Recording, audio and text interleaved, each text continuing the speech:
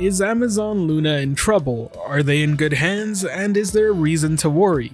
Today's topic is just that, and we'll be going over why there's cause for concern after some recent statements have been made.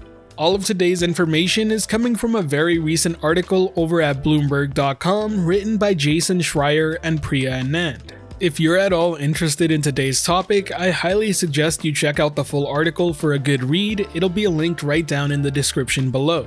Now, to be very clear, said article really focuses more around Amazon Game Studios rather than Amazon Luna, but I do want to pose the question for one reason. Almost all of the issues stated within this article revolve around one very common problem, and that's poor leadership.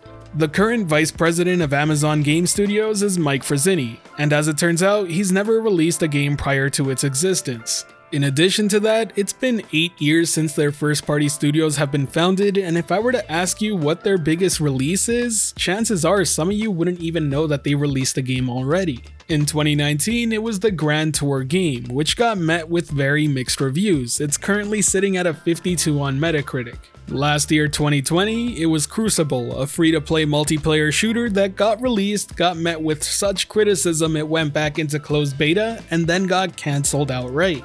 And then there's New World, an MMO title that is set to release later this year after being delayed twice. The reason for the delay was player feedback and the team's desire to create additional late-game content. The game appears to have gone through some development issues and has been the topic of controversy a few times. If I'm being completely honest with you, it's an MMO that I don't really expect to last very long.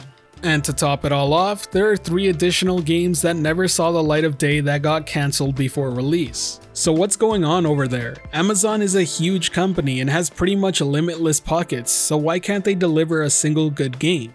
Well, according to the article, they were able to get in contact with former employees of Frazzini's game studios. What they had to say was pretty brutal, from ignoring their advice to constantly telling them that they needed to deliver on a billion-dollar franchise. Projects were understaffed, and it seems like he was pretty disconnected from the reality of game development. Another issue that came into play is Amazon's insistence of building its own software development tools rather than using industry standards. The following statement made comes directly from the article. For most studios, there are really only 2 options. Epic's Unreal Engine is Coke, and Unity Software Incorporated is Pepsi. Amazon, in effect, decided to make an RC Cola. In 2014, it licensed technology from the German company Crytek for a homemade engine called Lumberyard. The article goes on to describe it as a boogeyman around the office, and former employees even stated that Lumberyard is killing the company. By now, I think you all get the picture. Amazon Game Studios have some serious issues that they need to iron out, but what does that mean for Amazon Luna? To be completely honest, I'm not entirely sure. What we do know is that Luna's project is being overseen by David Limp. He runs the devices division over at Amazon that produces both Echo and Kindle. The fact alone that it's not the same person in charge of their game studios is a step in the right direction, but what I do fully expect it to affect is the first-party output from Amazon Game Studios themselves. To be very clear, right now I'm talking about the here and now. I do expect Amazon to invest in buying some developers or even possibly a publisher of their own, but when it comes to creating a compelling first-party exclusive title that takes advantage of the cloud, well, I think they're in a bit of trouble there. And it's not due to the lack of trying. The article itself states that they do have interest in taking advantage of the technical capabilities of the cloud division. The real issue at play is that they're trying to be way too ambitious. One example given revolves around a team being given the target of allowing 10,000 players in a single game session. While that number does sound impressive and it would be cool to see, let's be honest here, just how many of you can come up with a game scenario where that many players would actually make for a fun game? Not to mention, the task at hand of creating an environment that could sustain that many players well would be gargantuan as well. Apparently 2 projects exist under this goal, and around the office they call them Bezos Games. It seems Amazon would rather shoehorn in what the cloud can do rather than build a game around its advantages. Luckily for Amazon Luna, their biggest selling point isn't too reliant on first-party exclusive titles whatsoever. Their entire goal is to make subscription gaming a very common thing, and in order to do so, they're gonna need to rely on those big third-party titles. And their method for getting them to agree and get on board with Luna seems to be a much easier pitch and sell than something like Stadia. For example, we know that Amazon Luna runs on Windows. Any game with a PC port should have a much easier time working on Luna.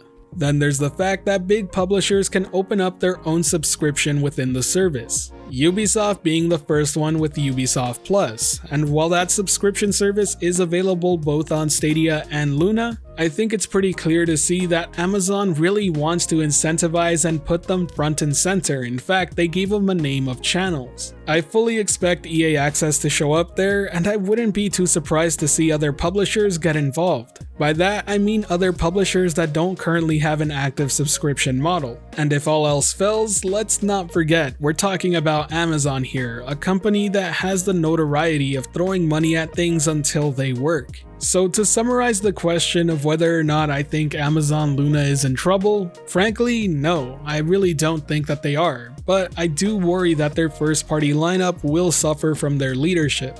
And if it doesn't change anytime soon, I do kind of worry about any developer or publisher that ends up falling under their wing. There are serious problems at Amazon Game Studios, but as of right now, there's no real cause for concern for Amazon Luna. They're both being led by two different people who seem to have different goals in mind. Their game studios seems entirely focused on involving Amazon every step of the way and trying to shove it in wherever it can, even at the cost and hindrance of the end product. Amazon Luna, on the other hand, really wants to just build a compelling library of games to get you to subscribe. They're trying to make the onboarding process for those games as easy as possible. And while I'm sure we'll see integration with other Amazon services such as Prime or Twitch, it doesn't seem to be the entire focus right now. Ultimately, it's way too early to say whether or not Amazon Luna is going to be a successful venture for them, but I do look forward to seeing what they can come up with and how they grow as a platform. Anyone who's been a part of this community for some time now has seen how Stadia has grown. Growth simply doesn't happen overnight, and there's a lot of things that need to be learned when entering the video game industry. Whether or not Amazon learns to adapt to it with their game studios is pretty much up in the air, but I do have some high hopes for Luna. Either way, we'll be sure to keep an eye on it and see how it ends up turning out. Now, if you enjoyed watching today's video or found it helpful at all, be sure to hit that like button as it really does help the channel out, and if you're wanting more content like this, be sure to subscribe and hit that notification bell as well. Today's end of video question is going to be a simple one. What are your thoughts on Amazon Luna? Does its subscription model gaming appeal to you, or would you rather just buy the games you want? Do you think they have a bright future ahead, or do you think they'll run into some issues? If so, what? I look forward to reading all your comments down in the comments section below. As always, thank you for watching today's video. This has been Generation Stadia, giving you that daily dose of everything and anything cloud gaming related. The Gen S community is over 8,000 strong and growing by the day, and until next time, I'll catch you in the clouds.